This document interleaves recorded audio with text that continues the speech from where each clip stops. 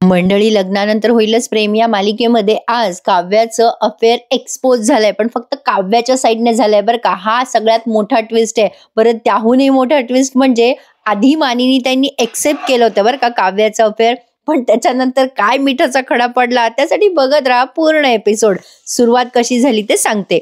आता त्या सुनीता काकू आल्यात, मानिनी त्यांच्या मैत्रीण आल्याच्या आल्यान आग लावून गेल्या यांच्या घरामध्ये. आता त्या काव्याला म्हणतात की बाई तुला कुठतरी पाहिल्यासारखं वाटतंय. आता काव्या म्हणते नाही, मला तर काही आठवत नाहीये. मग त्या सुनीताताई पुन्हा म्हणतात अगं नाही, मला असं वाटतंय की मी तुला कुठेतरी पाहिलंय. काव्या आठवते आणि म्हणते नाही हो, मला नाही आठवत. मग मानिनीताई म्हणतात चल ग सुनीता, इतके वर्ष माझ्याकडे डुंकूनही बघितलं नाहीस आणि आता म्हणतेस काव्याला कुठेतरी पाहिलंय, चल काहीतरीच. बरं जाग काव्या, तू आवरून घे, तुला केवढा गुलाल लागलाय. जा, पार्थ कुठे. मग आता पार्थ सांगते, काव्या सांगते पार्थ गाडी पार्क करताय, त्यांच्या गाडीवर पण गुलाल उधळला गेला ना म्हणून ते साफसूफ करताय, आलेच. आता काव्या तिच्या खोलीमध्ये जाते तेव्हा या मानिनीताई म्हणतात बस सुनीता, तुझ्यासाठी कॉफी करते. सुनीताताई म्हणतात विदाऊट शुगर दे ह मानिनी. पण आता सुनीताताई मानिनीताई किचन मध्ये गेल्यावर विचार करायला लागतात, बाई कुठे बरं पाहिलं असेल मी काव्याला. आणि त्यांना आता सगळ्या गोष्टींची सांगड लागते आणि जेव्हा काव्याचा तो सीन आठवतो, म्हणजे जेव्हा हे दोघं एकमेकांच्या प्रेमात असतात ना, तेव्हा ते एका कॅफेमध्ये रेग्युलर जात असतात. तर तो कॅफे म्हणजे सुनीताताईंचा होता. सुनीताताई आता त्यांच्या एका सर्वंटला विचारतात काय ग रश्मी, तो मुलगा टेबलवर काय करतोय.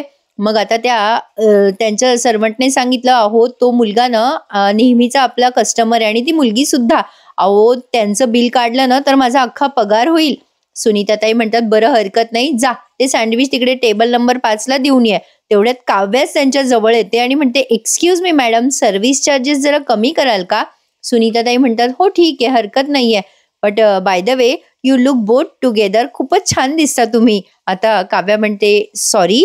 मग त्या सुनीताताई त्या वेळेला काव्याला म्हणलेल्या असतात की तू आणि तो एकत्र खूप छान दिसता. हे सगळं सुनीताताई आता आठवत आहेत बरं का प्रेक्षकांनो. आणि त्यावेळेला त्या जीवाला काव्याचा हसबंड पण म्हटल्या होत्या, म्हणजे त्यांनी जीवाचा चेहरा अगदी क्लिअर पाहिलाय बरं का. पण त्यांना हे माहिती नाहीये की तो पारचा भाऊ आहे. किती मोठं कन्फ्युजन क्रिएट केलंय प्रेक्षकांनो, आणि हे फक्त तुम्हाला मी समजून सांगू शकते. तर बघा, सुनीताताई आता काव्याला कॉम्प्लिमेंट देतात की तो तुझा हसबंड खूप छान आहे. आता काव्या नुसती तेव्हा रिएक्शन देते, ओ अच्छा thank you so much for your compliment, असं म्हणून ती तिच्या जागेवर जाऊन बसते आणि अशी लांबून लांबून बघत असते सुनीताताईंकडे. पण काव्याला कमाल आहे नाही, तिला IAS व्हायचंय, कलेक्टर व्हायचंय, पण तिला काही सुनीताताईंची भेट आठवली नाही. पण सुनीताताईंना मात्र काव्याची भेट आठवली. तसं पाहायला गेलं तर आजचा एपिसोड थोडा रोस्ट करण्यासारखा आहे बरं का मंडळी. तर आता इथे सगळी आठवी झालीये सुनीताताईंची. त्यांना कॉन्फिडन्स आलाय की ही पोरगी तीच आहे. इकडे नंदिनीबाई जीवाला वेड्यासारखं शोधत असतात. रात्र झालीये, संध्याकाळ झालीये, जीवा भाऊ आपले वडापाव खात. नंदिनी जीवाला वडापाव खाताना पाहून वसकते आणि म्हणते काय चाललंय तुमचं, मी वेड्यासारखी तुम्हाला तिकडे शोधते आणि तुम्ही इथे वडापाव खात बसलात. जीवा म्हणतो अरे तू पण ये इकडे बस वडापाव खायला. नंदिनी म्हणते तुम्हाला काहीच कसं वाटत नाही. आता जीवाला बोलता येत नसतं कारण त्याच्यात तोंडात वडापाव असतो. नंदिनी म्हणते काय बोलताय, मला काही कळत नाहीये. आता जीवा म्हणतो अगं एवढं काय झालं चिडायला नंदिनी, वडापाव खाल्ल्यानंतर तो तिच्याशी बोलतोय बरं का. नंदिनी म्हणते चिडायला काय झालं म्हणजे, मी केव्हाची तिकडे वाट बघते तुमची, अचानक गायब झालात माझ्या समोरून, काही सांगायची पद्धत बिद्धत आहे की नाही. जीवा म्हणतो चल बस इथे खाली, नंदिनी काय झालं ते सांग. मग नंदिनी चिडते तेव्हा जीवा म्हणतो अच्छा तुला पण वडापाव खायचा आहे, तुला भूक लागली वाटतं. नंदिनी म्हणते मला नकोय वडापाव, पण जीवाने एक वडापाव ऑर्डर केलाच. मग आता नंदिनी म्हणते काय चाललंय तुमचं, मस्करी सुचते का तुम्हाला, मी काहीतरी बोलते तुम्ही लक्षच देत नाही, तुम्हाला वडापावचं पडलंय. मी किती वेळची तुम्हाला शोधते, वेडी व्हायला आले होते अक्षरशः. माझ्याकडे फोन नाही, तुमच्याकडे फोन नाही, तुम्हाला काही झालं असतं तर. नंदिनीच्या तोंडाचा पट्टा चालूच असतो, काळजीने बोलत असते बिचारी. नंदिनी म्हणत असते तुम्ही सापडला नसता तर मी काय केलं असतं. जीवा म्हणतो अगो किती बोलतेस नंदिनी, दम नाही लागत आहे का तुला. नंदिनी म्हणते लागला ना दम मला, पण बोलून नाही तुम्हाला शोधून. जीवा म्हणतो दम लागला असेल तर मस्त झाज किंवा लस्सी पी, पण त्यापेक्षा हा वडापाव खा नंदिनी. आहा हा काय मस्त लागतोय वडापाव, झणझणीत आहे. नंदिनी चिडते आणि म्हणते तुम्हाला मस्करी सुचते का, मी ना तुमच्याशी बोलणार नाही, बोल नका माझ्याशी. जीवा म्हणतो अगं जरा शांत हो. नंदिनी म्हणते अरे तुम्ही मला गमतीत घेताय. जीवा म्हणतो नाही ग बाई, मी गमतीत नाही घेते. अगं तुझ्याशी बोलता बोलता मला अचानक या वडापावचा वास नाकात शिरला. कसला वास होता म्हणून सांगतो तुला, धावत धावत आलो मी आणि वडापावच्या गाडीजवळ पोहोचलो. मस्त मस्त वाटला हा वडापाव. आधी एक खाल्ला आणि भारी वाटलं ना, असं वाटलं आयुष्य सार्थकी झालं. नंदिनी म्हणते, हो कुठलं आयुष्य आहे हे असं जे वडापाव खाऊन सार्थकी लागतं?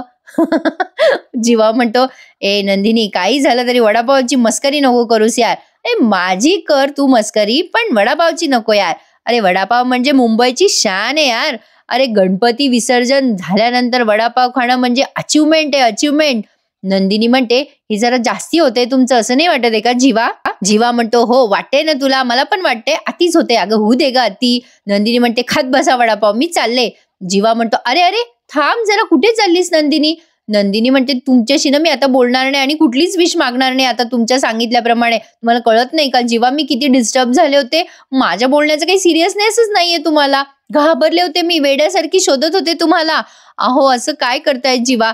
तुम्हाला माझ्यावर ओरडायचं ते ओरडा, खिल्ली उडवा, काही करा, पण असं अचानक गायब नाही व्हायचं माझ्या समोरून. मला त्रास झाला नाही या सगळ्याचा. जीवा तिच्याकडे पाहतच राहतो ती जेव्हा हे बोलत असते तेव्हा. आणि मग हळूच उठतो आणि म्हणतो, ए नंदिनी, अगं मला काही कळलं नाही, मी तुझ्या नजरेला दिसलो नाही तर एवढा का झाला तुला त्रास? इतकं कसलं टेन्शन घेतलं तू माझ्या जाण्याचं? नंदिनी थोडी शांत बसते आणि म्हणते, अहो असं काय करता जीवा, मला काळजी वाटली ना तुमची, तुम्हाला काही झालं असतं म्हणजे. आता तेवढ्यात बाजूला मिरवणुकी चाललेल्या असतात आणि या दोघांचं बोलणं जरा डिस्टर्ब होतं. जीवा आता त्या मिरवणुकी बघतो आणि नंदिनीला म्हणतो, बघ नंदिनी, एखादा वडापाव खाल्ला ना की समोरच्याचा त्रास सुद्धा अचानक गायब होतो, जसं मी आता गायब झालो. चल चल खाऊन घे ग वडापाव, बस. आता नंदिनी सुद्धा वडापाव खायला लागली आणि आज कोण कोण वडापाव खाणार आहे त्यांनी मला कमेंट करून नक्की सांगा. जीवा नंदिनीला वडापाव देतो आणि मनात विचार करतो, मी गायब व्हायचा पैतरा सॉलिडच वापरलाय, नाही म्हणजे हिला माझ्याबद्दल काय वाटतं ते कळलं तरी मला. आता वडापाव दोघेही खातात आणि एकमेकांकडे आनंदाने बघतात. इकडे मानिनी ताईंना चुगली करून झाली आहे सुनीता ताईंची. आता त्या सगळं काही सांगतात असं त्यांनी दाखवलंय आपल्याला. मग मानिनताई म्हणतात, अगं बाई पार्थ आणि काव्य तुझ्या कॅफेमध्ये यायचे? मग त्या सुनीताताई म्हणतात, हो ग नेहमी यायचे. मग आता या मानिनताई म्हणतात, लब्बाड येतं दोघं, स्पेशली आमची काव्या. म्हणजे आमच्या पार्थच्या भाषेत सांगायचं झालं तर आमची काव्या नेहमी फिसकारत असते बरं का पार्थवर. अगं घरात तर मस्त गुलुगुलू गप्पा मारतात दोघे जण. मग त्या मानिनताई म्हणतात, हो ग अगं आमच्या कॅफेत पण मस्त गप्पा मारायच्या. अगं पार्थ तिला रोज गुलाब द्यायचा, तिला मनवायचा, ती रुसली की. अगं खूप क्यूट कपल आहेत ग ते. त्यावर मानिनताई म्हणतात, अगं घरात पण हीच परिस्थिती आहे आमच्या. मग त्या पुढे काय सांगतात माहिती का? म्हणतात की अगं मानिनी, आमच्या कॅफेचा बिझनेस त्यांच्यामुळे भरपूर झालाय. मग मानिनी ताई अगदी अभिमानाने म्हणतात, बाई खरंच वा वा. मग सुनीताताई म्हणतात, आधी जर मला माहिती असतं ना ते तुझे मुलं आहेत, नाही म्हणजे पार्थ तुझा मुलगा आहे, तर मी त्यांच्याकडनं पैसेच नसते घेतले ग. तेवढ्यात येतो तिथे पार्थ आणि आता म्हणतो, आई बघ किती गुलालने रंगलोय मी. आता मानिनताई म्हणतात, अगं बघितलं का सुनीता, ओळखलं का? मग पार्थला त्या म्हणतात, ए पार्थ, अरे या सुनीता काकू. मग पार्थ म्हणतो, अच्छा तुझी शाळेतली मैत्रीण का आई? खूप वर्ष झालो भेटलोच नाही ना आपण. पार्थ आता सुनीता काकूंना म्हणतो, तुम्ही जुन्या घरी आला होतात ना मावशी? त्या म्हणतात, हो ना रे जीवा, तू किती बदललायस. मग मानिनताई म्हणतात, अरे काय सुनीता. मग त्या सुनीताताई म्हणतात, अगं मी खरंच जीवाला ओळखलंच नाही. मग पार्थ म्हणतो, अहो काकू तुम्ही मला खरंच ओळखलं नाही, मी पार्थ आहे, जीवा नाही. आता त्या कन्फ्यूज होतात बरं का आणि म्हणतात, अरे काहीतरीच काय, तू पार्थ कसं काय असू शकतो? पार्थ तर काव्याचा नवरा आहे ना. मानिनीताई हसतात आणि म्हणतात, काय ग सुनीता, तू विसर्जनाच्या आधी थोडी प्यायली आहेस का? अगं बाई आज पार्थ आहे आणि हा पार्थ म्हणजेच काव्याचा नवरा आहे. आता त्या सुनीताताईंना चेहऱ्याची गडबड झाली ना, कारण त्यांनी ज्याला पाहिलंय तो जीवा आहे. आता पार्थ म्हणतो, तुमच्या गप्पा चालू द्या, मी फ्रेश होऊन येतो. मग आता या सुनीताताई विचार करतात, हा खरंच पार्थ आहे? पार्थ म्हणतो, हो काकू मीच पार्थ आहे. आता पार्थ गेल्यानंतर त्यांना आलं टेन्शन. मानिनताई म्हणतात, काय ग सुनीता, असं भूत पाहिल्यासारखं काय पाहतेस? तूच सांगितलं ना मला की तुझ्या कॅफेमध्ये पार्थ काव्या येऊन गेलेत बऱ्याच वेळेला आणि तूच त्याला ओळखत नाहीयेस. आता या सुनीताताईंनी एक्सप्लोजन बॉम्ब टाकलेला आहे. अगं मी ज्याला पार्थ समजत होते तो हा काव्याचा नवरा नाहीये. आता मानिनी त्यांनी ऍक्च्युली हे सहजरित्या एक्सेप्ट केलं बरं का. त्या म्हणतात, म्हणजे? सुनीताताई म्हणतात, अगं मानिनी दुसरा कोणीतरी मुलगा होता काव्यासोबत येणारा.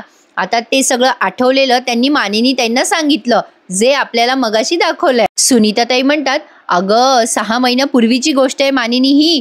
आता मानिनीताई म्हणतात ठीक आहे अगं 6 महिन्यापूर्वीची गोष्ट आहे ना, असेल तिचा बॉयफ्रेंड कोणी, त्यात काय. मग लगेच सुनीताताई म्हणतात काय ग मानिनी, किती कॅज्युअल आहेस ग तू, किती शांतपणे घेतेस या गोष्टी. मग आता त्या मानिनीताई म्हणतात अगं काय हरकत आहे, असतो एकेकाचा भूतकाळ. काव्याचं कुठल्या परिस्थितीत लग्न झालं तुला माहिती नाहीये, असेल तिचं लग्नापूर्वी कोणावर प्रेम तर ठीक आहे ना. अगं आता माझ्या नवऱ्याचं पण कोणावर तरी होतं प्रेम आधी, पण आम्ही आमच्या दोघांचा भूतकाळ एक्सेप्ट करू शकते, तर माझी सून माझ्या मुलीसारखी आहे. सुनीताताई म्हणतात खरंच तू तिचा भूतकाळ विसरली आहेस. मग त्यावर मानिनीताई म्हणतात हो ग, माझ्या सुनेवर माझा विश्वास आहे. आता तिच्या आयुष्यात फक्त आणि फक्त पार्थच आहे. तो कॅफेवाला मुलगा वगैरे मला नाही वाटत आहे तिच्या आयुष्यात. बरं चल मी दिवा लावून येते, तू दुधाकडे बघ, उतू जाईल. मानिनीताई ऍक्च्युली डिस्टर्ब झाल्यात बरं का, आणि त्या देवाजवळ जातात तेव्हा त्यांचे हातपाय थरथर कापायला लागतात, त्यांना काही सुधरत नाही. आता त्या सुनीताताई राहिलेली आग पुन्हा लावून त्या सुनीताताईंनी बरं का आणखीन एक बॉम्ब टाकलाय, म्हणजे एक नसून 2 बॉम्ब टाकलेले आहेत बरं का. आता त्या सुनीताताई मानिनीताई म्हणतात अगं मानिनी, त्या कॅफेवाल्या मुलाचा चॅप्टर अजून संपला नाहीये काव्याच्या आयुष्यातला. अगं आजच मी त्या दोघांना सोबत पाहिलं, आणि काय भानगड झाली प्रेक्षकांनो, काव्य आणि जेव्हा रस्त्यात भांडत होते ना, तर त्या दोघांना या बाईने पाहिलं आणि तिला तेव्हाची लिंक लागली की हे दोघं आपल्या कॅफेत येत होते आणि आजही हे दोघं एकमेकांच्या सोबत आहे, असा या सुनीताचा गैरसमज झाला. पण आता पार्थला पाहिल्यावर तिचा गैरसमज दूर झाला आणि तिच्या लक्षात आलं की हे जे आहे ते नाहीये आणि जे नाहीये ते आहे. आता यात तुम्हाला काय काय कळलं ते मला कमेंट करून सांगा, माझं डोकं आज पागल होणारे प्रेक्षकांनो. असो तर अशा पद्धतीने काय तो तमाशा रंगला यांचा. आता त्या सुनीताताई मानिनीताईकडे जात सांगतात की अगं मी त्या मुलाला आणि आत्ता काव्याला रस्त्यात पाहिलं ग बोलताना. आता मानिनीताई घाबरतात ना, त्या म्हणतात आज. मग आता त्या सुनीताताई म्हणतात अगं हो, तुझी सून गुलाबी ड्रेसमध्ये होती आणि ते दोघे जण एकमेकांशी बोलत होते. बघा या सुनीताताई कशा आगाव आहे. आता त्या जीवाने कोणत्या कलरचा ड्रेस घातला ते सांगायचं असतं ना त्यांनी. आपण मालिकेच्या पात्राबद्दल बोलतोय बरं का प्रेक्षकांनो. तर असो, आता त्यांनी ते जे काही झालं ते आठवून सांगितलं मानिनीताईंना.